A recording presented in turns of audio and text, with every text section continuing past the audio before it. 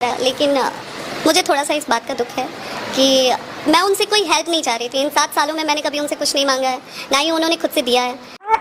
पवन सिंह जहां एक तरफ लिट्टी बनाते रह गए, वहीं फपक फपक कर मीडिया के सामने रोने लगी ज्योति सिंह। आखिर क्या ऐसा हो गया कि ज्योति सिंह अपने आंसू को ही नहीं रोक पाई? तो सबसे पहले वीडियो को लाइक करें और चैनल को सब्सक्राइब करना बिल्कुल ना भूलें। जी हां, आपको बता दूं कि पवन सिंह की पत्नी ज्योति सिंह ने हाल ही में एक इंटरव्यू दिया, जिसकी छोटी सी क्लिप मैंने आपको दिखाई। उसमें आप देख सकते हैं कि ज्योति सिंह कैसे रोते हुए नजर आ रही है और उन्होंने कहा कि मैं 7 सालों से पवन जी से कुछ भी नहीं मांग रही हूँ, लेकिन मुझे अब उम्मीद थी कि पवन जी बिल्कुल मेरा, जब मेरे पापा बीमार थे तो मैं चाह रही थी कि पवन जी मेरे को एक फ़ोन भी करें, उनका हाल चाल भी पूछे, लेकिन ऐसा कुछ नहीं हुआ।